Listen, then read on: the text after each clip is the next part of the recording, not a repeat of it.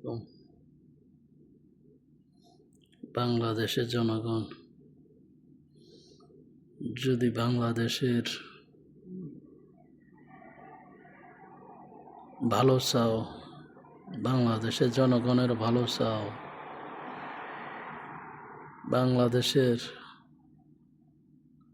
18 কোটি মানুষের ভালো চাও, তাহলে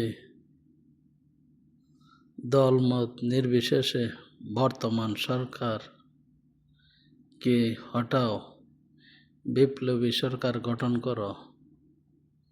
নয় বিগত 1 বছর পর বাংলাদেশের কোনো অস্তিত্ব রাখবে না।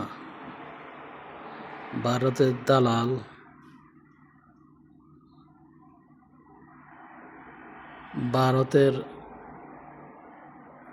দালাল সালাউদ্দিন, তারেক জিয়া,